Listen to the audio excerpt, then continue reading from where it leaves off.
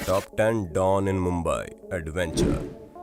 दोस्तों, मुंबई में दो तरह की दुनिया बड़ी मशहूर है, एक ग्लैमर और एक चकाचौंध से भरी दुनिया, जहां पर आपको एक्टर और एक्ट्रेस कभी फोटो खिंचवाते तो कभी पार्टी में नाच गाना करते हुए मिल जाएंगे। लेकिन इसके अलावा भी एक दुनिया है जो खौफ से भरी हुई है, क्योंकि मुंबई में ही आपको देश के सभी अंडरवर्ल्ड डॉन देखने को मिलेंगे, जहां ये मुंबई की ऊंची ऊंची इमारतों में रहकर पूरे देश में अपने गोरख धंधे चलाते हैं।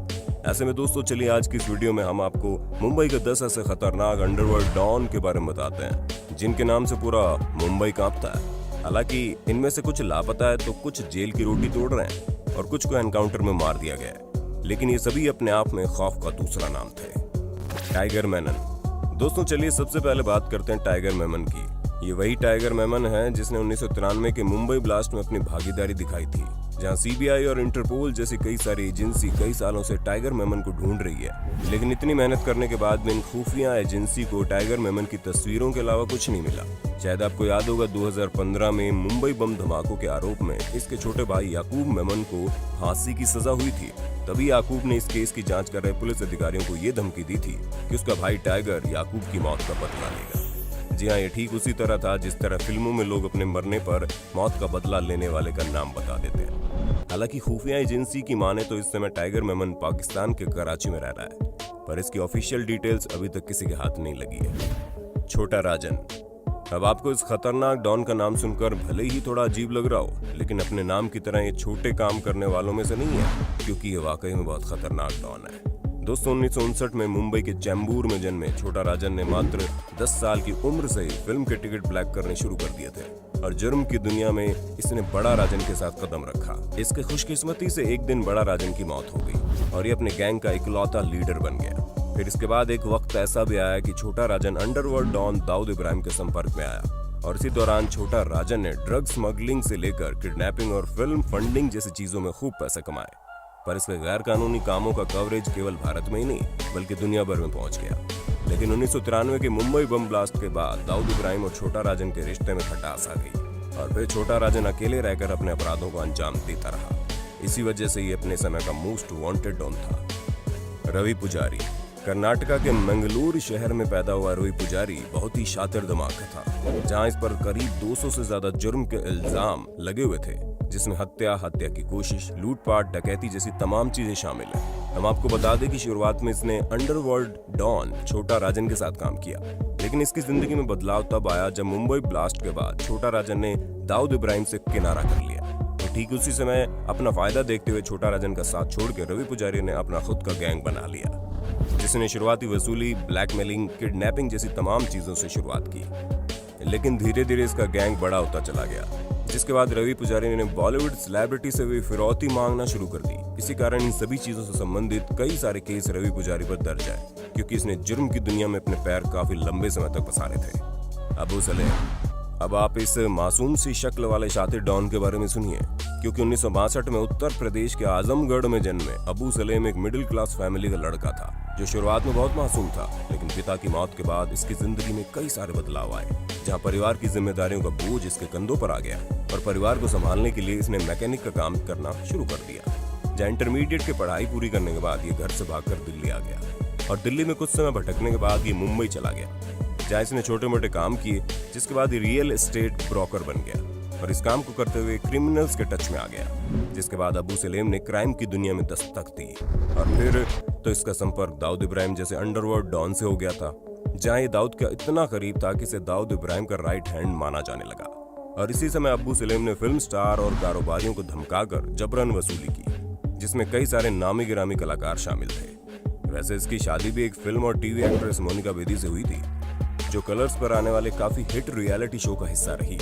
जी हाँ, आपने उस रियलिटी शो का नाम बिल्कुल सही गैस किया है। अब फटाफट हमें कमेंट बॉक्स में उसका नाम भी बता देना, जिससे इस सीजन की शुरुआत बस होने वाली है। वर्धा राजन मुदलियर। अब दोस्तों, वर्धा राजन मुदलियर के बारे में जानिए, जो अपने समय का काफी खतरनाक डॉन था, जहां मद्रास से लेकर मुंबई तक इसका खौफ फैला हुआ था।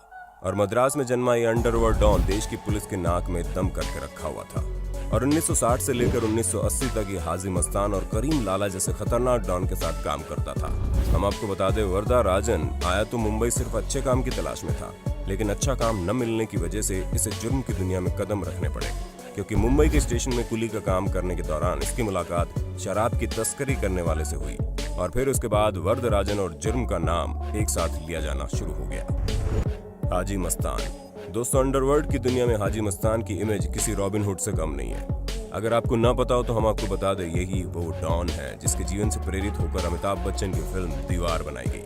तमिलनाडु में जन्मे हाजी मस्तान का बचपन काफी गरीबी में गुजरा, लेकिन साइकिल बनाने के काम से लेकर महंगी महंगी गाड़ियों में घूमने तक का सफर काफी दिलचस्प था। हाजी मस्तान ने पूरी मुंबई में बरसों राज किया, पर सबसे ज्यादा हैरान करने वाली बात यह है कि हाजी मस्तान ने कभी किसी पर ना गोली चलाई ना ही मर्डर किया, पर इसकी दहशत पूरे मुंबई में गूंजती थी क्योंकि ये अपनी सभी गैर कानूनी काम अपने आदमियों से करवाता था।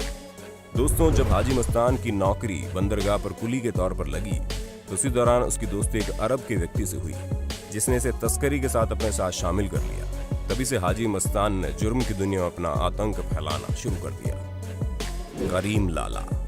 दोस्तों, करीम लाला का असली नाम अब्दुल करीम शेर खान था। इसकी पैदाइश 1911 में अफगानिस्तान में हुई।